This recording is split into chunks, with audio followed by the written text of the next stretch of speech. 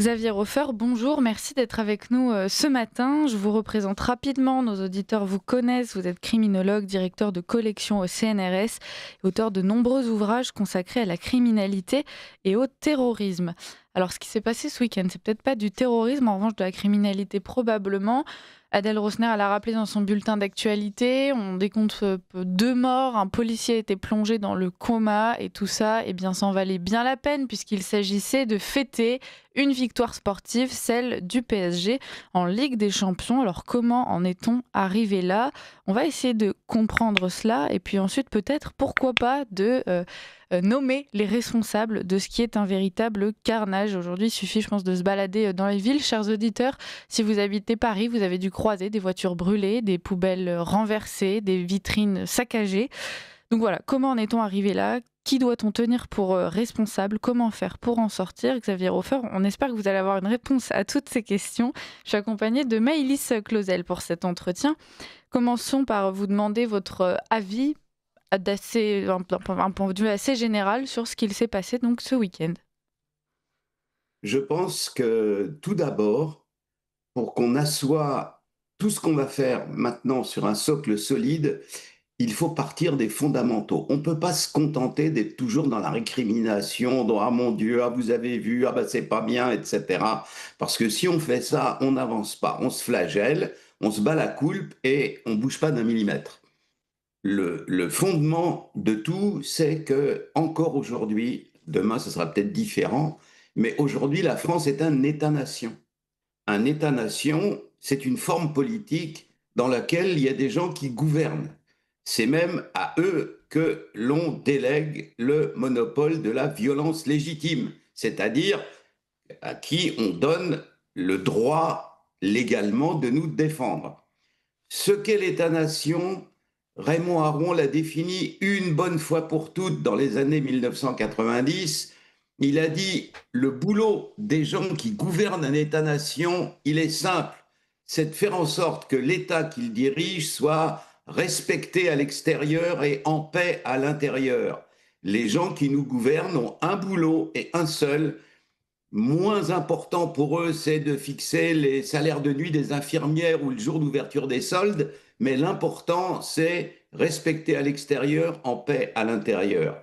Manifestement, l'équipe de M. Macron, quel qu'il soit, quels que soient ses ministres, et depuis 7 ans qu'on subit M. Macron, aucune de ces équipes n'est capable de faire ça. Devant les problèmes de sécurité, ils sont paralysés, ils sont tétanisés, ils sont comme des lapins dans les phares. Je vais vous donner un chiffre qui va vous faire comprendre l'ampleur du désastre, parce qu'on peut parler de désastre. Imaginez-vous qu'avec 1000 peines, on a retrouvé les vrais chiffres enterrés sous des tonnes de tableaux Excel que le service des statistiques du ministère de l'Intérieur doit obligatoirement envoyer à Bruxelles, à Eurostat. Alors, on a la dernière année, c'est 2023, parce qu'il faut du temps pour qu'il mouline au niveau des 27, 26 pays de l'Union européenne. Nous avons donc l'augmentation des homicides et des tentatives d'homicide. Une tentative d'homicide, c'est un assassinat raté, si vous voulez. Le type ou la dame est blessée au lieu d'être mort, mais c'est Ouais. quand même une tentative d'homicide. Donc nous avons les chiffres officiels des services de statistiques du ministère de l'Intérieur français transmis à Bruxelles, à Eurostat, donc vérifiés, avérés et contrôlés, de 2018 à 2023, c'est-à-dire sous 6 ans entiers de Macron. Il arrive à la moitié de l'année 2017, donc on lui fait grâce de 2017, et on va jusqu'à la fin 2023, qui sont les derniers chiffres transmis à l'Union européenne. Homicide et tentative, plus 54%. C'est inouï. Une telle explosion est inouïe depuis que les statistiques criminelles existent en France, c'est-à-dire en gros depuis la Troisième République. Hmm. Voilà, on a affaire à des gens qui ne sont pas capables de le faire. Nous avons un président de la République dont l'imaginaire se situe quelque part entre Wall Street et la City de Londres. Lui, il est à l'aise avec des banquiers. Pour lui, les problèmes de sécurité, c'est quelque chose qui sent quand même un peu le néandertal, quoi. C'est des vieilles histoires du vieux monde, et ils sont infichus, pour parler poliment, d'assurer la sécurité. On l'a vu autour du Stade de France quand M. Darmanin M. Darmanin, qui ment beaucoup mieux qu'il ne gouverne, a essayé d'assurer la sécurité lors déjà d'une Coupe d'Europe. On l'a vu il y a 15 jours, on l'a revu le week-end passé. Ils en sont incapables. Voilà la triste réalité. Et ils en sont incapables partout en France. Vous avez vu que même dans des endroits invraisemblables, imaginez-vous qu'à Niort, il y a encore 10 ans, quand un habitant de Niort se retournait un ongle, c'était le grand titre du bulletin local. Aujourd'hui, il y a des gens poignardés. Mm. Cette, Voilà. cette La victoire, réalité de base, c'est celle-là. cette victoire sportive, la façon dont ça a été célébré dans les rues de nos métropoles en France, Xavier Hofer, c'était pas une première, vous l'avez dit. Gérald Darmanin, il a déjà assisté à ce genre d'événement, il a déjà assisté à des émeutes sportives, il le savait. Le préfet de police de Paris, Laurent Nunez, il savait que ça allait dégénérer parce qu'ils avaient déjà des exemples concrets de ce qu'il pouvait se dérouler sous les yeux. Le passé avait déjà démontré la façon dont ça se déroulait et pourtant, alors que tout était prévisible, ils n'ont rien fait. Ça n'est pas qu'ils n'ont rien fait, c'est que l'édifice entier de la sécurité en France est entièrement déglingué. Premièrement, Monsieur Retailleau, c'est un brave homme, on l'aime bien, il dit des choses intéressantes, mais il n'a pas le contrôle de son ministère. Il ne sait pas ce qui s'y passe. Monsieur Retailleau, 3 fois ces mois derniers, a dit, vous comprenez, c'est pas normal, il y a 600 cambriolages par jour en France. Si son cabinet lui avait dit la vérité, car cette vérité-là, les statistiques du ministère de l'Intérieur les savent, il aurait su qu'il y a 1300 cambriolages en France par jour, 50 par heure et non pas 600. Donc, M. Retailleau ne sait pas ce qui se passe, on lui dit n'importe quoi. Alors lui, peut-être qu'il dit ces choses-là sincèrement, simplement parce qu'on ne lui a pas dit la vérité. En tout cas, M. Darmanin, lui, ment sciemment. Vous vous rendez compte que l'autre jour, il nous a raconté qu'on allait réinventer le bagne quelque part à Mm. Cayenne ou Dieu sait trop où, sur le continent latino-américain, alors qu'il sait naturellement que c'est impossible. Et il le sait d'autant plus que dans un second temps, quand il a été obligé de faire marche arrière, il a dit doucement les basses, oui, on va peut-être faire quelque chose, mais le permis de construire du fameux camp n'est pas encore signé. Vous voyez? Alors, la grande page, hélas, du journal du dimanche en disant on va remettre le bagne, etc., vous allez voir l'ordre républicain restauré sans faiblesse. Et après ça, on fait demi-tour en disant oui, ben, le permis n'est pas encore signé, on verra quand on l'aura. La promesse de faire une prison un peu sérieuse en Guyane date du début du premier quinquennat de M. Macron. Elle date de 2017. Depuis, ils n'ont rien fichu. Mm. Alors effectivement, Xavier Hofer, j'aimerais revenir sur certains chiffres qui étaient quand même assez édifiants, notamment sur l'effectif de police qui était mobilisé pour cette victoire du Paris Saint-Germain. Donc 5400 policiers et gendarmes mobilisés, donc notamment à Paris, 22 policiers et gendarmes, dont un en coma artificiel, donc qui ont été touchés et blessés, et 7 pompiers également qui ont été touchés. Donc vous dites que le système sécuritaire est entièrement déglingué. En fait, on a un peu l'impression qu'aujourd'hui, finalement, malgré des gros effectifs de police, les racailles ne sévissent pas. Ils n'ont plus peur finalement de cet effectif de police, puisqu'on voit que plus les années passent, plus l'effectif de police est grand, mais pour autant, le chaos est toujours plus grand. Enfin, on dit que la police est le dernier barrage républicain. Aujourd'hui, finalement, y en a plus, quoi, puisque les racailles persévèrent. Depuis des années, depuis même le début du règne du quinquennat de M. Hollande, la police est complètement minée de l'intérieur. Premièrement, on recrute les policiers sur des critères toujours plus bas. On recrute des policiers maintenant à des petits concours d'entrée dans lesquels on peut entrer avec 4 sur 10. Deuxièmement, les policiers en question, on n'en fait pas des policiers, on en fait des assistantes sociales. On passe le temps à leur faire subir des stages et des formations sur le traitement qu'il faut accorder à certaines minorités sexuelles, et ils ne savent pas maintenir l'ordre. Troisièmement, ils ont des armes, mais si jamais ils portent la main à la crosse de leur pistolet, c'est tout de suite l'inspection générale qui leur tombe dessus et ils ont les ennuis les plus épouvantables.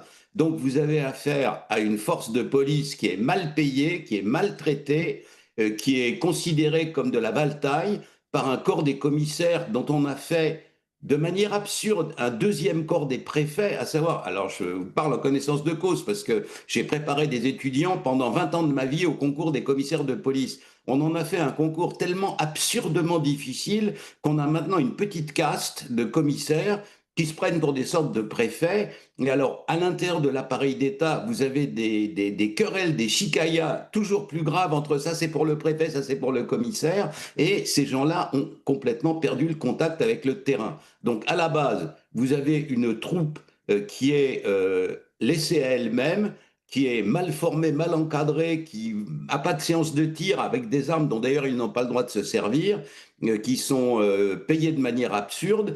Toujours plus, les fonctions essentielles du ministère de l'Intérieur sont accomplies par des gens de l'extérieur du ministère. Le ministère de l'Intérieur ne dispose plus, par exemple, de ses propres stations d'essence pour ses propres camions. Et donc, c'est une force qui, en apparence, a l'air solide, mais qui, en fait, est totalement déglinguée. Voilà ce qui se passe. Alors, naturellement, on peut en mettre 5 000 ou 10 000. S'ils sont mal formés et s'ils ne sont pas très efficaces, eh bien, il ne faut pas s'étonner du résultat. En plus de ça, s'ils mettent un coup de poing à un des voyous qui viennent en se moquant, mais absolument totalement, de tout ce qu'il peut y avoir de sportif dans l'événement, qui viennent pour piller les boutiques et qui viennent piller les magasins de luxe sur les Champs-Élysées, s'il y en a un qui prend un coup de poing, immédiatement, vous allez avoir LFI, la Ligue des droits de l'homme, etc., qui va leur tomber dessus. Donc la force de police de base, elle est démoralisée et à part quelques petites unités de CNRS qu'on envoie se promener d'ici et là en France en fonction des émeutes, il n'y a plus grand-chose qui tienne le choc, vous savez. J'ai des plaintes, j'entends des policiers, ce que je vous dis, j'entends des plaintes toutes les semaines. Il y a un problème assez général, en fait, Xavier Hofer, si on vous comprend bien. Il y a un problème sur le terrain avec la façon dont les forces de l'ordre peuvent agir. Il y a un problème au niveau de la justice, parce qu'on sait que par ailleurs, ces racailles, si jamais elles sont interpellées, n'iront probablement pas en prison, feront peut-être un peu de garde à vue, mais seront relâchées de toute façon. Il y a un problème au niveau politique et médiatique avec une omerta qui pèse. On pourrait en dire quelques mots avec ces journaux qui expliquent que voilà, on a eu des scènes de liesse, que tout le monde est content. Bon, il y a eu quelques heures, mais finalement, ce qu'on retient, c'est quand même la joie du moment. On a ces hommes politiques, on se rappelle à l'époque Gérald Darmanin qui avait expliqué, donc dans à peu près le même cas de figure, avec une ampleur moindre, cela dit, qu'en fait, c'était les supporters anglais qui se tenaient mal. On va peut-être pouvoir aussi nommer les responsables à un moment donné, mais voilà, commençons par cette omerta qui pèse aujourd'hui sur le sujet. Alors, elle est simple et elle est inquiétante. Euh, Quand un pouvoir politique en vient à mentir à ses propres fonctionnaires, quand je donne des fois à des commissaires ou à des officiers de gendarmerie les chiffres venus du ministère de l'Intérieur eux-mêmes, mais qu'on cache, y compris à ses personnels, on est dans l'Union soviétique de 1985. C'est-à-dire que le fait de mentir à ses propres troupes, de mentir à son public, de balayer la poussière sous le tapis systématiquement, de dire systématiquement circuler, il n'y a rien à voir, il ne se passe rien, c'est naturellement le début de l'écroulement. Ça ne peut pas durer longtemps. Il arrive un moment où, je prends un exemple. À l'heure actuelle, non seulement les cités hors contrôle, on parle d'abord de celles du nord de Marseille, mais il y en a partout maintenant en Ah France. oui. Le jour où les cités en question, dans une de ces cités qui grouille d'armes sur un seul petit gang de cité, on a trouvé récemment 4 ou 5 armes automatiques de guerre de la dernière génération. Et écoutez bien, ce ne sont plus des vieilles Kalachnikov maintenant qui viennent du fin fond de la Libye ou des Balkans, etc. On trouve par terre, après les rafales, des balles de calibre OTAN, c'est-à-dire de calibre 5,56, c'est-à-dire des armes qui ont été exportées par une armée ukrainienne qui perd pied et qui sont maintenant revendues en douce, jusqu'y compris en Europe. Donc vous avez ces armes-là qui sont avec des cadences de tir beaucoup plus précises et beaucoup plus rapides que celles des vieilles Kalash. Un jour, un camion de police traverse une des cités en question, il se prend une rafale d'une de ces armes de calibre 5,56 et il y a 3 policiers morts à l'intérieur. Qu'est-ce qui se passe? On continuera à dire qu'il ne se passe rien? Mm. À un moment donné, il va y avoir une explosion. C'est-à-dire que nous sommes à l'heure actuelle dans l'espèce de moment où, vous savez, la reine Marie-Antoinette, avant d'être décapitée, dit un petit moment encore, monsieur le bourreau. On en est là. On essaye de cacher la réalité aux gens de l'explosion criminelle qu'il y a à l'heure actuelle. Je vous le rappelle, homicides et tentatives de 2018 à 2023, rien que des années Macron, plus 54%. Plus 54%. Donc, voilà où nous en sommes à l'heure actuelle. Et à un moment ou à un autre, le président Lincoln disait on peut mentir à tout le peuple un moment, on peut mentir à une partie du peuple tout le temps, on ne peut pas mentir à tout le peuple tout le temps. Il arrivera un moment donné où la vérité va éclater au grand jour. Et justement, quel sera ce moment donné, Xavier Hofer? On a un peu l'impression qu'en fait, les médias, le jour où ils diront la vérité, il faudrait limite qu'il y ait une guerre civile. Enfin, j'ai envie de dire, ils sont tout le temps en train de tout minimiser. Quel sera le point, comment dire, le point culminant, le point de rupture pour qu'ils disent enfin la vérité? Plus ça va, plus les médias asservis, c'est-à-dire ceux qui en réalité font la propagande du ministère de l'Intérieur. Vous savez, la différence entre une presse libre et une presse asservie, c'est que la presse libre s'exprime avec les mots qu'elle a choisis, avec les termes qu'elle a décidé d'employer, tandis que la presse asservie, elle utilise les mots qu'on lui dicte.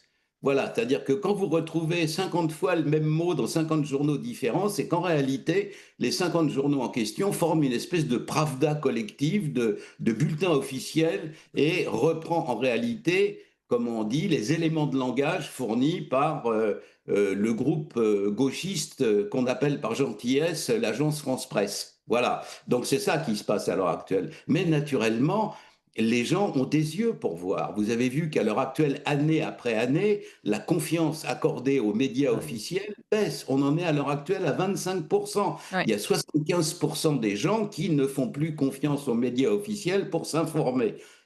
On n'est pas dans l'URSS de Staline où il y avait un journal et point barre, tout le monde était obligé de le lire. Maintenant, on peut s'informer par des centaines de sources d'information. J'ai 2 enfants, une fille de 28 ans et un fils de 33. Je les ai jamais vus lire un journal de leur vie du style Le Monde, Le Figaro, etc. Ils savent très bien ce qui se passe dans le monde et ils n'en ont plus besoin. Voilà, donc les sources alternatives existent et les sources en question, elles sont à la disposition de qui veut bien les entendre. Donc quand on en a marre de se faire raconter des bobards, quand on en a marre d'entendre Monsieur Darmanin dire qu'il va rouvrir le bagne de Cayenne, voilà, et donc, alors, pourquoi les médias se laissent-ils, j'ai vu ça, j'ai été le témoin de ça, pourquoi les médias se laissent-ils asservir comme ça? Parce que les hommes politiques ont un talent, Monsieur Darmanin a ce talent-là, c'est qu'il fait venir des journalistes un peu naïfs et il leur dit votre carrière est faite, jeune homme, je vais m'occuper de vous, vous allez voir, dans peu de temps, vous serez à des postes prestigieux. Alors vous avez des petits niais comme ça qui se laissent avoir et qui après ça font la propagande de Monsieur Darmanin. Je vais vous dire ce qui va leur arriver aux petits niais en question, parce que M. Darmanin n'est qu'un sous-Sarkozy. Donc il va arriver à ces gens-là ce qui est arrivé à ceux qui ont cru en M. Sarkozy. M. Sarkozy, comme toute la droite orléaniste depuis la nuit des temps, c'est-à-dire depuis le 19e siècle, il va se passer la chose suivante, c'est que M. Sarkozy a fait campagne avec Patrick Buisson et avec c'était promis, hein, un ministère de l'identité nationale. Et après ça, une fois qu'il a été élu, il est gouverné avec comme on dit, des jeunes femmes issues de la diversité qui étaient à la limite gauchistes. Donc ceux qui croient en M. Darmanin aujourd'hui, ils vont se faire berner et à la fin, M. Darmanin gouvernera avec Sandrine Rousseau ou Panot ou Dieu sait trop qui. Voilà ce qui va leur arriver. Mais comme ils sont bêtes, ils ne s'en rendent pas compte. Xavier Hofer, on continue jusqu'à 8h. J'annonce quand même la suite du programme aux auditeurs. On discutera de ces présidentielles polonaises avec une victoire pour la droite conservatrice. Un peu de bonnes nouvelles dans ce monde un peu compliqué. On continue avec vous donc ça, ce sera à 8h. On continue avec vous, Xavier Hofer. S'il y a cette omerta qui pèse, notamment dans la presse, dans les médias, on comprend qu'il y a un jeu de pouvoir, notamment avec Darmanin qui s'adresse à ces journalistes et qui leur explique qu'il a leur carrière en main. Est-ce qu'il n'y a pas aussi une gêne à identifier les profils de ces fauteurs de troubles, de ceux qui commettent ces carnages dans nos villes? Parce qu'en réalité, il faut, je pense, oser poser la question, combien sont issus de l'immigration? Combien sont le fruit de cette immigration? On le sait, la plupart viennent de ces cités où la densité de population, donc issue de l'immigration, est particulièrement élevée. Et aujourd'hui, est-ce qu'il ne serait pas bon d'enfin poser des statistiques sur ce genre de profil? Mais attendez, tout le monde le sait. Oui, Les mais Français personne ne le ne sont dit. pas idiots. Personne ne le dit. Mais non, mais c'est pas important ça. L'important, c'est que les gens aient conscience de ce qui se passe. Vous avez, dans un pays moderne comme est la France, vous avez trois formes de criminalité. Vous avez d'abord ce qu'on appelle la criminalité en col blanc. C'est les notaires, les Mm. banquiers, etc., qui vont piquer l'argent et puis partir avec le fric de leur public aux Seychelles. Voilà, ça c'est une forme de criminalité. Deuxième forme de criminalité grave, les atteintes à l'environnement, les gens qui versent des effluents empoisonnés dans la rivière. Alors, les poissons crèvent, l'herbe autour absorbe les effluents, les vaches, le lait, et puis après ça, dans les endroits où ça se passe, les gens meurent de cancer beaucoup plus souvent. Et troisièmement, ce qu'on appelle la délinquance et la criminalité de voie publique. Et cette délinquance et criminalité de voie publique, elle est de 80 à 90% le fait d'éléments halogènes, c'est-à-dire qui ne font pas partie de la population d'origine. Ça, c'est clair, net et précis. Mais tout le monde le sait. Dans toutes les 3 ou 4 années qui précédaient les Jeux Olympiques, on a émietté les arrivées de clandestins, on les a dispersés dans les villes moyennes et Mm. même dans les petites villes.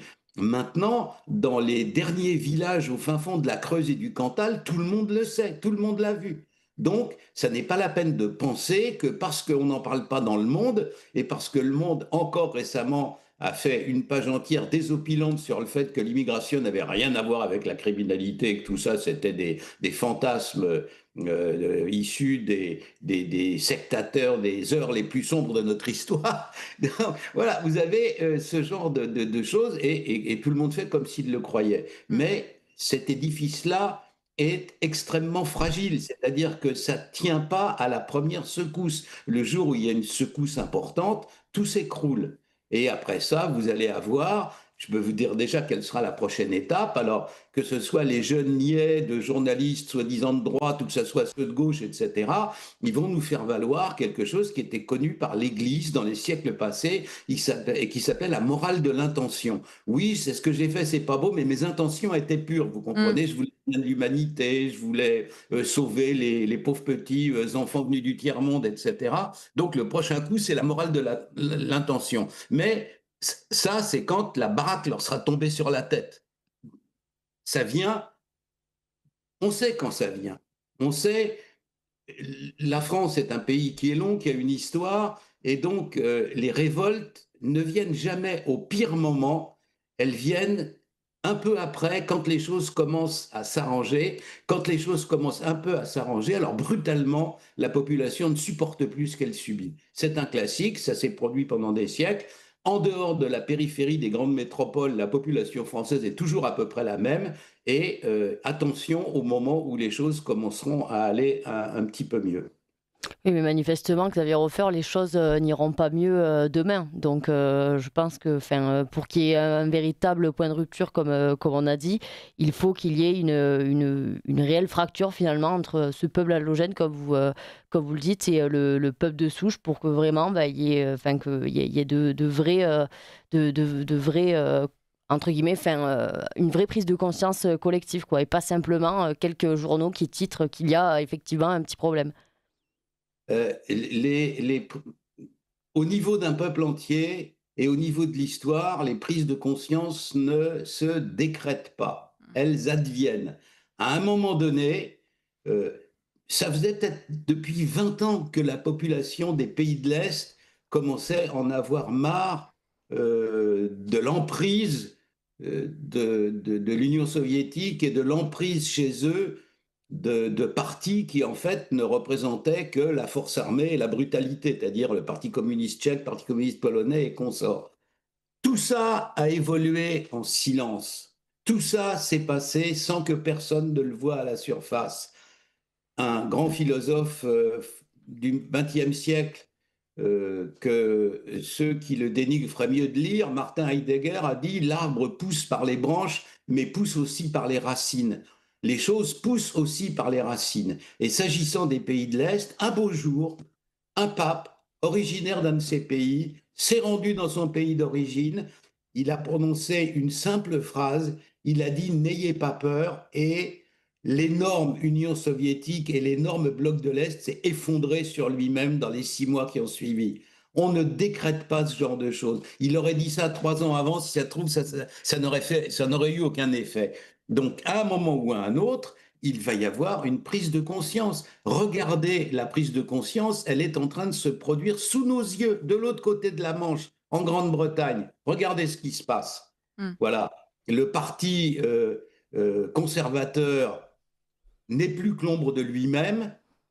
Le parti socialiste, social-démocrate, le Labour Party, est en train de s'effondrer. Regardez qui gagne toutes les élections de mi-mandat, regardez où ça se passe, regardez qui est en tête de tous les sondages. La révolte, c'est pas seulement des gens qui sont dans la rue avec des pistolets ou des fusils, c'est plutôt la mode 19e siècle. Ça peut être une révolte citoyenne et ça peut être le fait de se dire on va tous les virer et on va les remplacer par des gens qui, au moins, ne nous mentent pas depuis 20 ou 30 ans. Xavier Roffer, concernant les solutions qu'on pourrait mettre en place pour permettre que les prochaines victoires sportives se déroulent bien, en fait, comme ça a été le cas pendant des années. Qu'est-ce qu'on peut faire? Parce que le piège dans tout ça, c'est cette sursécurité qu'on va nous vendre. On va nous dire on va mettre des caméras à toutes les rues, on va encore doubler les effectifs de police, on va multiplier les contrôles. En réalité, il y a un intellectuel que j'apprécie qui explique qu'on ne veut pas sécuriser l'enfer. Est-ce que c'est pas finalement ce qu'on va devoir se résoudre à faire? Non. Le jour où nous avons un chef de l'État efficace, c'est-à-dire qui est décidé à reprendre des choses en main, il suffit qu'il convoque dans son bureau son ministre de la Justice, son ministre de l'Intérieur, le directeur général de la police nationale, le directeur général de la gendarmerie nationale, le patron de la pénitentiaire et moins de 10 personnes dans son bureau et qu'il leur ordonne cette chose absolument révolutionnaire, application du code pénal tel qu'il est aujourd'hui. Il y a combien de bandes de trafiquants de drogue dans les cités en France? Il y en a des centaines qui rentrent dans la définition du crime organisé. Le trafic de stupéfiants sous la forme crime organisé, c'est plus de 3 personnes, durabilité dans le temps, partage des responsabilités, partage du butin. Il y a combien de bandes en France qui entrent dans le cadre de cette définition? À coup sûr des centaines, peut-être un ou deux milliers. Eh bien, quand les gens en question sont attrapés avec de la drogue, que prévoit le code pénal aujourd'hui? Il prévoit perpétuité et il prévoit 7 500 000 euros d'amende. Y a-t-il une fois au cours des 20 dernières années un seul de ces gangs qui ait subi même le 10e de cette peine? Les gens qui sont pris avec de la drogue aujourd'hui sortent avec des peines, vous savez, fictives, c'est-à-dire qu'on dit vous avez pris 1 an de prison ferme et il n'y a pas d'ordre de dépôt, c'est-à-dire que le type il sort les mains dans les poches parce qu'il n'y a pas d'envoi en prison immédiat. Il faut signer un papier pour que le type qui est condamné au tribunal soit envoyé en prison. Et donc, quand ça n'est pas le cas, il ressort les mains dans les poches. Vous savez, les criminologues, ils ont une certaine, ils jouissent d'une certaine bienveillance de la part des voyous. Et donc, le nombre de fois où j'ai été arrêté dans la rue en disant Hé, Roffer, c'est toi, on t'a vu à la télé, c'est bien ce que tu fais parce que ça les intéresse. Si j'étais prof en physique nucléaire, naturellement, je ne les intéresserais pas du tout, mais là, ça leur plaît beaucoup, criminologues. Ils me demandent si j'ai vu des mafieux, etc. Donc, ça se passe bien avec eux. Et il y en a qui me disent, il y a mon cousin, là, il était au tribunal et puis il est ressorti les mains dans les poches. Mais même eux ne trouvent pas ça normal. Même les mammifères ont une idée de la justice. Quand votre chat a piqué le saucisson et que vous lui dites viens ici pour voir, il a la queue entre les jambes, il n'est pas fier, il sait qu'il va lui arriver quelque chose. Eh bien, même les racailles sont dans cette disposition d'esprit-là. Ils trouvent absolument anormal, d'autant plus que les individus en question ont généralement une mère patrie, et quand ils retournent par hypothèse de l'autre côté de la Méditerranée, c'est pas le même jeu, quoi. S'ils commettent l'erreur d'en faire le centième, ils se retrouvent dans une baraque Algeco en plein Sahara et ils comprennent leur douleur. Donc en France, ils trouvent pas ça normal. Donc rétablissement de l'autorité de l'État, c'est l'application du code pénal tel qu'il est aujourd'hui. Il n'y a rien à y changer. Les émeutes, article 227-17 du code pénal. Tout adulte ayant la responsabilité d'un enfant mineur, c'est-à-dire père adoptif ou tuteur, et qui met ce mineur en état de danger physique ou moral, danger moral, c'est le fait d'être dans la rue à 3 heures du matin, acheter des cocktails Molotov sur la police, par exemple. 3 ans de prison, 20 000 euros d'amende. Mm. Qui a jamais été une fois condamné à ça en France? C'est pas la peine de faire des grandes lois. Il faut commencer à appliquer le code pénal. Si jamais, au bout de 3 ans, on voit que l'application du code pénal a besoin d'un petit ajustement à droite ou à gauche, Ouais. mais je suis persuadé qu'à 90%, ça serait efficace. Il faut appliquer le code pénal que tout le monde peut acheter dans une librairie chez Dalloz, vous regarderez. En réalité, c'est très sévère, hein. En, Mais en 10 secondes, Xavier Hofer. voilà, c'est très sévère, mais on n'applique pas. Bah oui, et Donc, on espère appliquons qu'un le jour, code pénal. on espère qu'un jour on va appliquer ce code pénal. Et puis effectivement, comme tout le monde peut l'acheter, ce serait chouette qu'on se mette tous à acheter un code pénal et qu'on écrive à nos députés en leur demandant, bah voilà, il s'est passé ça dans ma ville, il s'est passé ça dans mon département, je demande l'application du code pénal. Je lance l'idée, mais pourquoi pas. Merci. L'application de l'article temps, Et c'est ligne ça, temps, et voilà, vous allez voir, cité. c'était... À part respirer, on n'a pas le droit à grand-chose, vous savez. Oui, et de moins en moins. Merci Xavier Hofer d'avoir été avec nous pour cet entretien. Je rappelle que vous êtes criminologue, directeur de collection au CNRS, auteur de nombreux ouvrages consacrés à la criminalité, au terrorisme. Malheureusement ou heureusement, on sait qu'on aura bientôt d'autres sujets à vous soumettre dans les semaines et mois à venir. Donc à très bientôt.